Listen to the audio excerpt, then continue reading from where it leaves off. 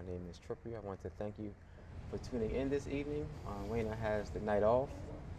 She is going to enjoy herself. I think she's going to a Tyler Perry play somewhere. So hopefully she and Gundy are enjoying themselves. So tonight we have our funeral announcements. As always, we have some community news. I think I'm going to do a few a little earlier, and just to kind of get the word out there. We have an interview from some gentlemen who are going to come up and come on and talk about the Howard High class of 1973, having a reunion on November the 28th. That should be a lot of fun, and they're looking forward to it. And they just want to get the word out and get as much participation as they can. Then after that interview, I'm going to open the phone lines up. I'm going to do something different. I'm going to open the phone lines up. I'm just going to take your calls, and we're going to talk about community. We're going to talk about government, and we're going to talk about whatever you call and ask. So it's going to be a little bit of a different format. I'm going to give you my view on a few things in government and how I think what role government plays in some of the situations that we're in now currently in Wilmington. We're going to talk about the ABC TV series, Murder Town, that wants to come into Wilmington, and there has been a lot of pushback, so we're going to talk about that. I'll take some calls about that, so it should be a very interesting hour this evening. I don't want to take up too much time from the young gentlemen who are here, even though they graduated in 1973. When I was around 2 years old. Well, welcome to the show. How you doing, Trippy? I'm good. I'll let you both introduce yourselves, and we'll just talk about what's going on with the reunion. Okay, first of all, my name is Daryl Ryder. Yes, I am a proud graduate of Howard High School, 1973. And we have here my friend. So, thank you so much, Trippy, for allowing me to come. I'm Reverend Pravi Powell Jr., and I'm also a proud graduate of the Howard High School class of 1973. All right, so we have a big reunion coming up. Yes, we have a reunion that's coming up Saturday, November 28th. Mm-hmm. And first of all, let me acknowledge the committee right quick. We've been working hard, and I just want to give kudos to these people, man. They stepped out, and things are coming together real good. First of all, the ladies, Miss Fern Moore and Diane Sini. Then we also have Isaiah Reason, Wayne Parsons, two guys that was on that undefeated 1973 basketball team. Oh, yeah, I heard about that. A little bit. Heard a little bit? Yeah, a little bit. Then there's myself. And then there was another guy that was on that team too. So. Oh, probably was on there? Oh, I didn't know that. I was managing the team, man. That Yeah, counts. That yeah. counts. I was with the boys, though, all the way to the field house. That's right, that counts. Yeah. But as I was saying, the fair is on November 28th, and it would be held at the Sheridan South, and that's on Airport Road, 141 and I-95. Okay. That's the newer one that you that's the see newer right one, off the yes. highway. All right. In the big ballroom there. So yeah, we're definitely gonna have a great time. It starts at 6:30 and it'll be over with at 11:30. Okay. You know, we're definitely gonna have a good time. We got a good DJ coming. You know, there are still tickets available for this affair. We're trying to reach out to our classmates that we know probably haven't heard too much advertisement. So. But we know you look at this show here, so we do have the tickets. We will have a phone number that will be set up where you can call and order your tickets for you. If it's anybody that's out there that, you know, you're a descendant, maybe one of your parents that has passed and went on, and you would like to come and represent for them, because we will be honoring our past classmates. So Okay. We'd like to see you there too. Oh, I like that. Yeah. That's a great idea. We do have two numbers on the screen. Just want to make sure that they are the right numbers. Yes, the they are. 992-0100 and 571-8324. That's correct. Okay. All right. They can Either call one of those numbers. numbers you call, leave your name if you get an answer machine, and just let them know who you are and how many tickets you want, and we will make sure that you get those tickets. Okay. Tickets are $45 a piece. Okay. Okay, so and it's going to be a real great time. We look forward to having. We got a lot of classmates coming. I mean, from out of town and still in town. So we're looking forward to having them there. How often do you have? There's a class of '73. When's the last time you had a reunion? Ooh, I think it's been 10 years. Well, our class has really been fortunate. I think what happened when we won that state championship, it really caused a nice bond in our class. We celebrated our 5th, 10th, 15th, 20th, 25th, and 30th and 35th class reunion. Okay. So we've had a chance to do about 7 of them all together. And so our committee now is celebrating the 42nd. And, you know, Trippy, it's really reflective as we look back at those classmates who are no longer with us. You know, we're really grateful and thankful for at least to be able to come together. And not only just our classmates, we extend our invitation to that whole era of the 70s, early 70s, when you were 2 years old. But, you know, 1971 and 72 was a class that was around our class. 74, 75 have been celebrating their class reunion also with us. So we extend that invitation, and not only just for Howard High School, that whole era, man, when people were going to Wilmington High, PS, Delaware, that was a really challenging time because we were really cross-city competitors. And down the field house, man, when it was the basketball time, you had one time back, I think in 72, had Wilmington High, Howard, PS, and Delaware competing for the state championship. Oh, yeah, it was hype. So, you know, that whole era was powerful. And so we just thank you for this opportunity to get that message out because, you know, Howard High is an institution in the city of Wilmington and around the country. There's so many people that we have been a part of that legacy. And with that, we're going to be honoring and celebrating 2 individuals which we think have contributed to that legacy. One is Miss Paulette Tyler. Okay. She's one of our sponsors for our class. She was a young teacher at the time, and she's, I guess, a Cheney grad, and she's done a lot for the community. And also Mark Seals is going to be recognized, and for his contribution for recognized in the class of 1973 state championship boys basketball team was the first one to go 24-0 in the state history. That was our class when you were 2 years old. Oh, it sounds like it's going to be a great time. So you're opening up the invitation to everybody in that era. Right. That whole era. And as Pravi was saying, back at that time, everybody knew everybody. It didn't matter what school you went to. Right. So we're looking forward to having people from other schools to come along that are from that era, you know what I mean? And like I said, you knew them.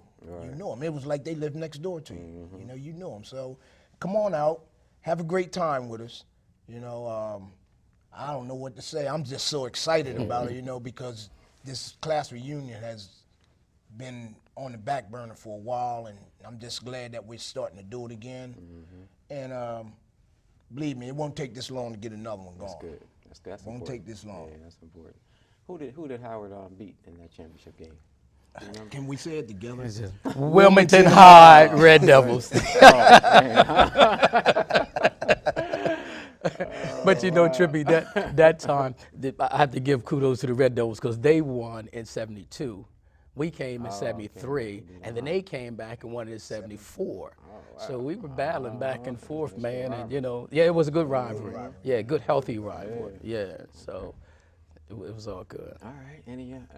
Anything else you gentlemen want to get across before we break? No, except well, anybody that wants to come and you get the party, and we know how it goes, and you might not want to leave. We do have room reservations that you can make, and we think they're reasonable. You know what I mean? $99 is for you not to get out on the highway and get a ticket or whatever. It's well worth it. It's well worth it. You know what I mean? We have a block, and if you really want one, you can call to the hotel, and the user code is Howard Class 1973. Okay. They automatically know what you want. Okay. All right. All right. So just give me a quick rundown of when and where and the times and everything. Well, Before I do that, Trippy, I want to just thank you, man, for opening up this opportunity for your viewing audience, and just commend you for the work that you do in the community. And I know your heart. I've watched you come up from 2 years old. I used to take you to the Sixers game. Yeah, but I just want to just applaud your leadership and to deal with the difficult issues that you're dealing with and putting them on the front burner. You don't run from the issues, you deal with them. So there again, we are celebrating our 42nd class reunion, the class of Howard High, class of 1973. It's going to be on Saturday, November the 28th at 6:30 to 11:30. That is the Saturday following Thanksgiving. Okay. The tickets are $45, only $45 per person. The actual location is at the Sheraton on Airport Road. We're going to have a wonderful time, DJs honoring. We're just looking for a great time. So we just extend that to the community and come out and support. We don't want to take it for granted, Trippy, that everyone will, like this. What I'm saying is, man, that when we look at the brothers and sisters who are not with us, man, I don't see why we would not take time out just to really maximize the moment. It's significant, man. And so for every time we can get together and celebrate our history, our legacy, and what Howard High has meant to us, man, I think it's important. So we thank you for this opportunity. And I want to say that I am proud to be a graduate of that high school. I can say for me personally, it helped me. I learned a lot. And then, just to be a part of that history. Right. It's great. Yeah, I mean, like you said, it's an institution, not only here, but like you said, countrywide. That's right. Man, people know about Howard, and I guess the teachers. The teachers, the man. teachers who made a difference in so many of your lives. My dad, I think he only went there for about 2 years, but he still talks about Howard and how well it prepared him for when he was bused down to Newark. When he went down to Newark, he was above the rest of his class because of the preparation and the love that teachers that Howard gave him. Yeah, we had some teachers that really did. I mean, they really were concerned about the students. They can say what they want. I mean, there's a few students that just didn't want to learn, but I can say 99% of the students coming out of that school have actually made something of themselves, whether they went on to the next level of education or whether they went right into the job force. Right. You know what I mean? And they instilled in us that that's what you need to do, you know what I mean? They taught you how to work once you got into public, that kind of stuff. I can remember every 2 weeks I was in courthouse for 2 weeks. That was my class. And then I go to class for 2 weeks. That was my senior year, it was great. Right. And like I said, it just made a better person of me. I think not only for the academic exploits that Howard is known for, Trippy, it was the values, the positive values that they instilled into us about respect, dignity, and honor, and really to give back to our community. Miss Yvonne T. Jensen is was our homeroom teacher, and she's an institution. I think all the schools in that era had someone. I think Miss Ghost over at Wilmington High and someone over at PS that really was the mother or the father or the patriarch of that community in the school. So when you say their names, you say it with glowing terms because they were really honored. And they really instilled values and discipline in us. And so I thank God that, there was only one school I wanted to go to, man, was Howard. That was it, huh? Because I wanted to be a part of that legacy, man. My mother went there, and father and grandparents, and it was just a legacy that I'm a part of. My son graduated from Howard. Okay. They played on the football team. So it's something about Howard High School, and we were part of that in 1973. Okay. You should have been a Wildcat, man. Sanford, man. Sanford Okay. Warriors. That's right. All right, But good. y'all beat up on us in a couple of basketball tournaments. Yeah, we came back and got y'all 1 year, though. Yeah, you won your share. I'm going to take a really quick break. I am going to ask Abin to put the number so people can call in with their questions and their concerns. And I'm going to take some live calls coming up next. All right, welcome back. I hope that you enjoyed our first interview, and hopefully you will be able to support and attend the Howard High School class of 1973 reunion. It's going to take place on Saturday, November the 28th at the Sheraton. But if you missed any of that interview, you can always call us at the funeral home at 652-8887, and we can give you the information so you can link up and get some tickets. All right, like I said, I'm going to open the phone lines up. I think Abin does have, the number is on. I mean, I'm going to ask that you please turn your TVs down. When you can call and just ask questions if you have any concerns about community, concerns about government. What I do want to touch on first, just the whole thing around ABC and how they want to bring their new TV series called Murder Town here to Wilmington. And there has been an uproar about it from the community, from public officials, from pretty much everyone. Everyone is against it. Everyone that I have heard from is against it. They think that it will be detrimental to our city financially. And I understand that, and I do agree. But I guess my biggest concern is, like, I haven't heard like that kind of outcry and backlash and around things that led us to be named Murder Town, USA and Newsweek, and things that led NBC to want to even bring that TV series here. Whether it's our failing, in my opinion, our failing education system, our failing court system, and our failing prison system. I haven't heard those kind of outcries as much as I wish, and that's really frustrating. I think everybody is focused on how Wilmington will lose so much financially, and it is true. Businesses may not want to incorporate or come to Wilmington. Their employees may be fearful for their safety. People may not want to move here. People may want, there may be a mass exodus. That's already happening, truth be told. There are already businesses who are contemplating on leaving Wilmington. There's already a stigma around Wilmington about how dangerous it is. And families don't want to come here to make a living, and that's unfortunate. I think that we do have a lot to offer, but at the same time, I think that we have to hold those accountable, those public officials accountable who can make some immediate changes to our communities. We have to hold them accountable. I saw several interviews of different public officials, and how they were just really upset about ABC, and how they don't want them to bring this TV show here. Like I said, I understand that, but I guess it's frustrating to know that they're well aware of things that are happening in our communities, and I just don't see them taking that kind of stance about things that we can control ourselves. Like that ABC, that whole TV series is out of our control for the most part. We don't have to support it. I do understand that, but there are many things that within our control as far as city government that I think that we can do a much better job of.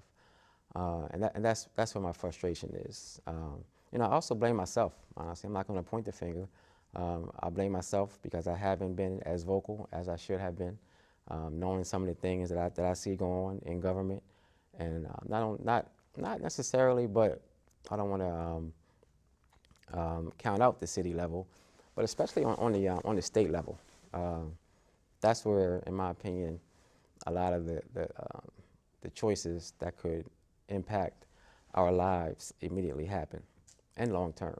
On the state level, whether it's around, like I said earlier, education, whether it's around the prison system, whether it's around our communities in general, the courts. I don't see those state officials doing things that I think are necessary to represent our constituents. But even on the city level, being on city council for the last 6 years, I see how frivolous we can be in our spending, and I can only imagine how much it is, like on the county level and on the state level. So I'm not pointing fingers. I'm saying we have to do better as public officials, myself included. We have to. I think we're past the time of the conversation. We keep on having the same conversation. We know what the issues are, but all we do is we want to keep talking about it, and we want to keep having meetings about it, and we want to have seminars about it. But I think it's past that time, because I think that those who are in those positions that could help, I think they're laughing at us, honestly. I think that they know that we're not going to do anything more than have a meeting or a seminar. We're not going to do anything more than get on TV and talk about it. So I think that we're at a point where we have to begin to come together and protest and actually shut things down. The only, I don't want to say the only, but throughout history, the greatest responses have been, and the greatest changes have been when there have been major protests and things, shutting things in government down. I think that's just one of the steps that we have to take if we're really going to be serious about changing our communities and changing our schools and making Wilmington a better place for our children. Like all I hear about around this Murder Town series is about how it's going to hurt us financially, but nobody is talking. I'm not going to say nobody is, but I haven't heard many people talking about what happens every day already here in Wilmington and how our children and our seniors and our community as a whole in some sections of Wilmington has to live in fear on a constant basis, on a daily basis. And I just think that my thing is education. Like, I just believe that education is the way to, is the great equalizer. I think someone is, let me see something, hold on one second. Sorry, I missed that. I might have to turn this ringer on, Dave. Please, I think I missed a few calls. It's on the side. I turned the ringer off, but I'm going to turn it back on so we can, so I can get a few calls. All right, I think it's ringing now. All right. Hello. Hello? Hey, how you doing, sir? Hello? Hi. Did you have a concern or a question? Yeah, this is, my name is, Rudolph Lumpkin. How you doing, sir? What's your concern or what's your statement? Well, it's concerning our city. You know, I believe that if the church will begin to take a stand, because the Word of God says that God holds the king's heart and he turns it whithersoever he will. But if the church will begin to step in and just be a part of that spiritual aspect, because our city is under siege, and it's by the principalities and powers that rule. You know, I'm not trying to get real spiritual, but the bottom line is the church needs to begin to take a stand as far as praying against this thing, so the heavens can begin to open up and we can begin to be blessed, because our city can change if the church would take their stand. Because trust me, God is in control whether people believe it or not. You know, and there's a remnant of people that are willing to take that stand to see our city come back to its fullness. Because I've been in this city from the 60s up until now, and it's been nothing but worse. And the church has to take a stand. Okay. So I just pray that the church will begin to come together and make that stand, because it's needed. All right, I appreciate that. Thank you. Thank you. All right. Yeah, that's a great point. I'm not trying to, like I said earlier, I'm not trying to say that it's only those of us in government who can make the change. I think that there has to be, you know, an effort from, like the gentleman just said, from the church, from. I'm gonna take this real quick. Can you hold on 1 second for me, please? Sure. Hold on 1 second, please. There has to be an effort from the church. I think that the churches in Wilmington every Sunday they hold a captive audience of thousands of people, and if there could be a united message from our pastors, you know, if it could be on the schedule where the pastors are going to talk about a certain subject, maybe the first Sunday, second Sunday, or maybe every Sunday, just maybe 5 minutes of their message could be a focused and a unified message. I think that would be a great movement. But I guess being in politics for the last 6 years, like tonight, I don't want to. I'm not going to limit it to government, but that's where my focus is tonight. Yes. Thank you for calling. Yeah, I'm waiting on Trevor so I can get on the line and speak what I got to speak. Yes, you're on the air now. Okay. Trevor. Yes. Trevor. Yes. Hi, this is Sister Gaines. Hey, how you doing, Miss Gaines? I'm fine.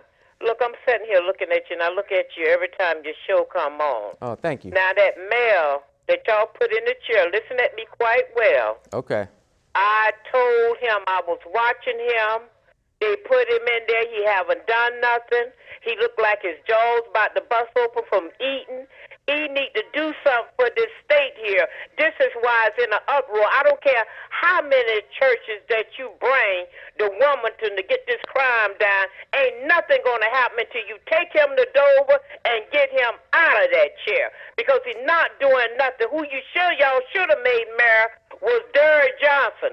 He out there 3 and 4 o'clock in the morning when the dead over there by your funeral home, and they picking them up and taking them to y'all funeral home. Now, something got to be done with this mayor. I sat here from time to time and I look. If you notice, the crime rate wasn't that high before he got in this chair. He ain't doing nothing for the community. And I told him and I left it with him that I will be watching him, and I am watching him. That's the only way this mess gonna get through. Y'all need to put somebody in the chair gonna do what they supposed to do, because he's not doing it. So if I might ask you a question, what would you suggest that he do differently? I suggest that he do different, that put more cops out there on the street, that's more hysteria about these crime rates going here in Wilmington. Ain't nobody want to come here to Wilmington. I'm from Florida. I came up from Florida. This little town here is the worst place I ever been to. Okay. And it's not going to do no good. Y'all got to get him out of there. That's the bottom line. Okay. All right. Thank you very much for your call. You have a blessed night. All right. You too. Bye-bye. All right. Bye. I want to touch on that briefly. I do think there are things that could be done differently with our police department, but I think that it is unfair to blame the crime problem on the mayor, because he can't stop anyone from committing a crime. And the police, we could put more police on the street. I don't want to deny that, but I think that long term, like, we can't arrest our way out of our problem. We don't want to arrest our way out of our problem. If anything, we want to try to educate our young men and women so they won't grow into a life of crime. We can, if we keep our education system the way it is, we're going to continually have this problem. We're going to continually have to build bigger prisons, and I don't think that's the answer. Immediate, like short-term answer, I think that we should have more police on our streets. So I do agree with you with that. Hold on one second. Yes, hold on one second, please. You there? Thank you. Okay, hold on one second, please. Wilmington has a police force of over 300 police officers, and per capita we have one of the largest police forces in the country. And to have 300 police officers available, and for the majority of them not to be on the street, I think that is wrong. That has been a concern of pretty much all of us. I'm going to say all of us on city council for years. Ever since I've been there, we've continually asked for for more police officers to be on the street. And I think one of the problems is, I'm not sure if this is how police departments work, but one of the problems is when police officers are promoted, a lot of times they are promoted off of the street. I don't really see where that makes sense. And I think that we have to take a serious look at that. We have to take a serious look at how our community feels. And if our community who pays for our police department, if they want to see more police officers on the street, and not only on the street, but walking and walking the beat and getting to know the neighbors, I think that's something that we have to take into consideration. Another thing that I just learned, I knew this for a while, that Wilmington police officers are the lowest paid police officers in the state. They get paid less than the county and less than the state officers. And in my opinion, they have the hardest job. So I'm sure they're just as frustrated. At the end of the day, they did sign up to do their job, and they did know the salary going in. But I do think that we have to take a better look of how we're compensating them, but we have to ask more of them also. Yes, thank you for calling. Good evening, Councilman. Hey, how you doing? I am well. I don't live in the city of Wilmington. I just came from the affair they had at the Chase Center tonight, which just turned out very well. But I am concerned, and maybe you can address this, why people of color would want to perpetrate this particular thing on the city of Wilmington, the people who are involved with this TV program are people of color. And it's interesting to think that they would consider the fact that they're not helping, but they're hindering things. I'd just like to have your comment on that. Have a good night. Thank you. Can you say that? Can you say that one more time for me, please? What, you want me to comment on? The fact that it is people of color, our folks, Okay. who are perpetrating and involved with this television program. And it seems like that they would not be so involved with something that's going to hinder as opposed to helping our people in a positive way. Okay. All right. Thank you. Thank you. All right. You're welcome. I think his concern is that I guess those of us on 28 who talk about the issues, and a lot of us are people of color, and he wants to. I think he wants to know maybe why we're hurting other people of color who may be in government. I think that we have, at the end of the day, I think that we have to put color aside, we have to put friendship aside, and we have to think about how our children and how our seniors and how our community feels. It's not easy to talk about people in government who are my friends. That's not an easy thing to do. The last thing I want to do is come on here and talk and even talk about this subject, but we're here. I mean, regardless of how you think we got here, we are here. So we have to have the conversation. I don't think that we can have it behind closed doors either. I think that we have to bring it to the light. And if we need to embarrass, if we need to shame some people who can make changes, I think that's what we have to do, because it's not about me. It's not about what color I am. It's not about Mayor Williams. It's not about what color he is. I think it's about us doing what people who have trust in us and voted for us. It's about doing what they think that we should be doing, and what we know is right. It's hard for me to imagine anyone who has been in government for any amount of time. Hold on 1 second, please, and not know some of the atrocities that happen in government. And that's, like I said, that's just on the city level. I can only imagine what happens on the county and the state level. But I think we get into it and we form these friendships, and those friendships can get in the way. My dad has a great saying about our business. From 8 to 5, when we go to work, I'm not his son, he's not my dad. My mom and they're not husband and wife. We're here, we are there to work, and we are there to serve our families. And we can't let our relationships get in the way. So if something needs to be said, either to me or to my mom or to my sister, to my parents, that they have to say something to each other, that has to be said. Because if not, we end up hurting the business. And by us not talking about the issues, we end up hurting our communities. Yes, thank you for calling. Chippy, Yes. as far as Wilmington being labeled murder city, and Jada Pinkett wants to make a show of this, I don't think it's right. She's from Baltimore, and Baltimore is way worse than Wilmington. And I feel like the mayor, the governor, and everyone else should step in and tell them, no, we don't want that, because it's only going to make the situation worse.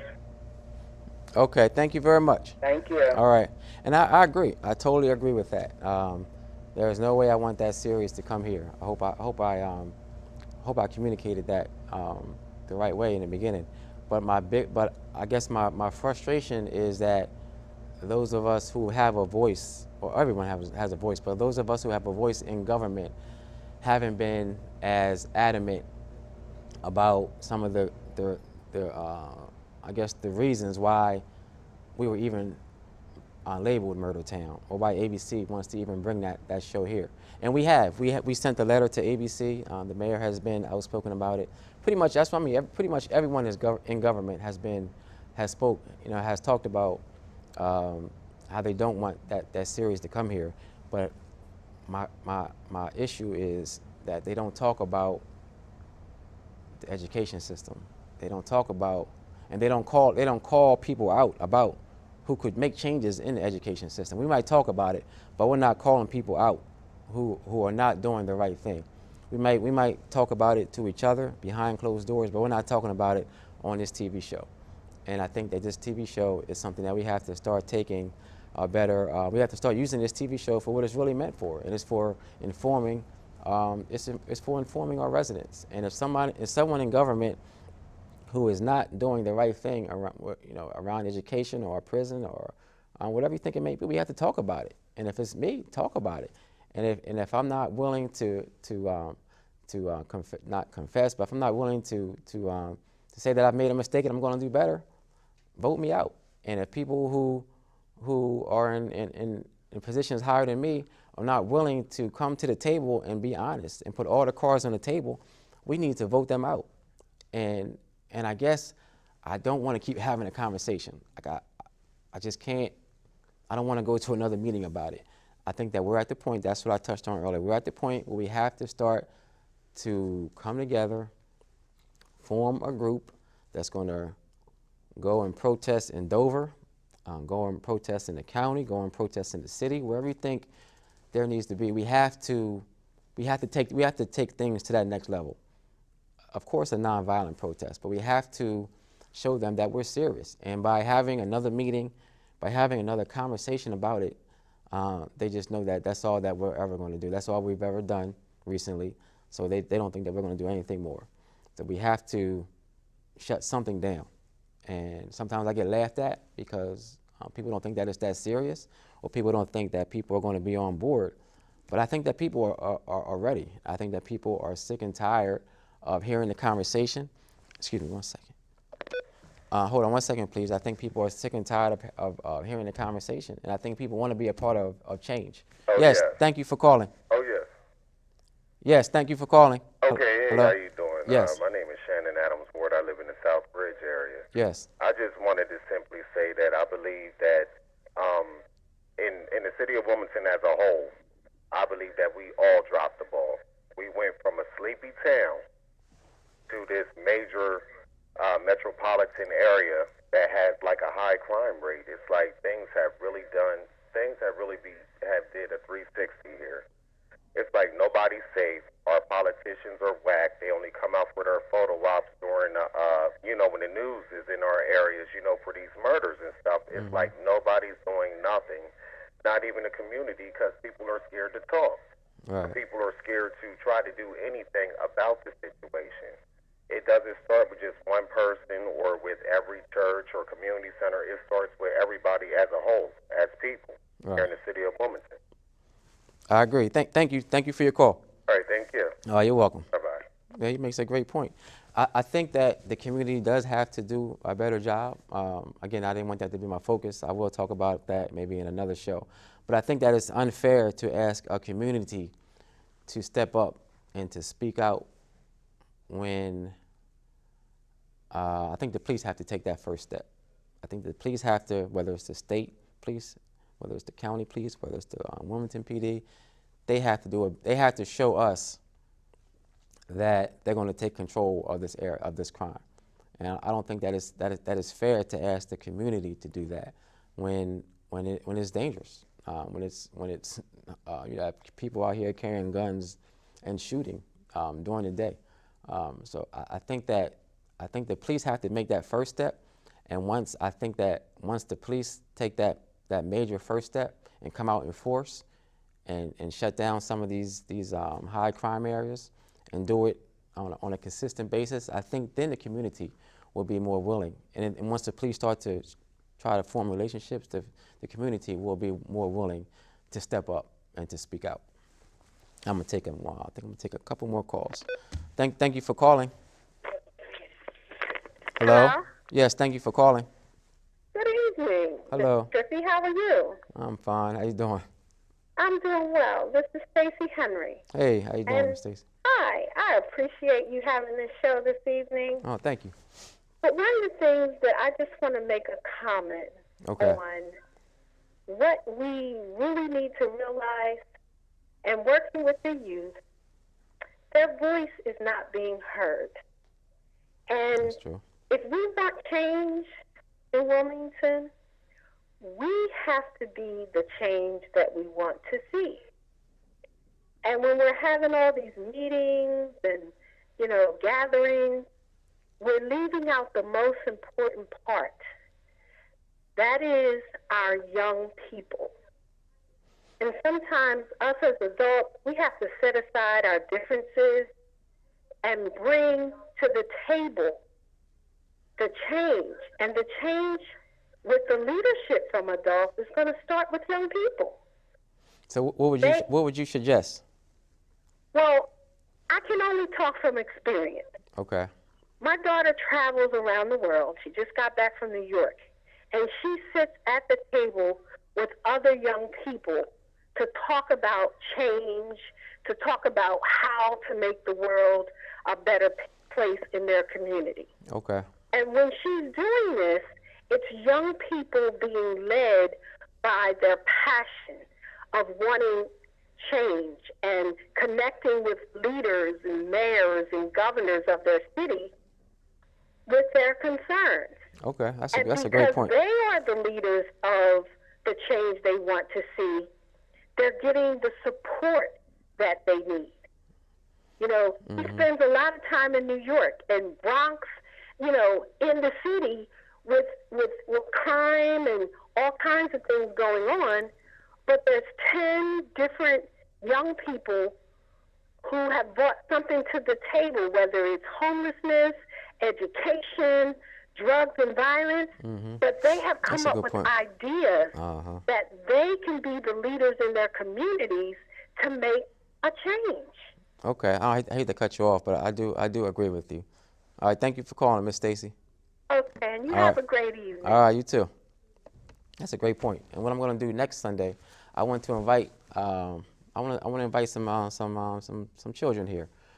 I want it to be a diverse panel though. I want it to be so those of you who may be watching and maybe want to be a part of this, or maybe have someone in your family who may want to be a part of the panel, just to come up and talk about what we're talking about now. But I want it to be quote unquote youth who have never gotten in trouble, like the good kids who have never gotten in trouble. I want to have someone maybe who has been in trouble with the law, maybe has been in Ferris, or maybe has been in Gander Hill, but is still relatively young. I want to invite you down. I want it to be a versatile and a diverse panel. So if you want to be on the panel, give me a call on my cell phone, please, or text me at 218-8623. 218-8623. 218-8623. I think I do have to take a break and come back, and we have to wind up pretty soon, Dave. Okay, all right. Thank you for everyone who called. Sorry I don't have any time for taking any more calls, but I will continue this format next week, and I look forward to getting your feedback. Thank you again, and I'm going to take a quick break, and I'll be right back with our funeral announcements.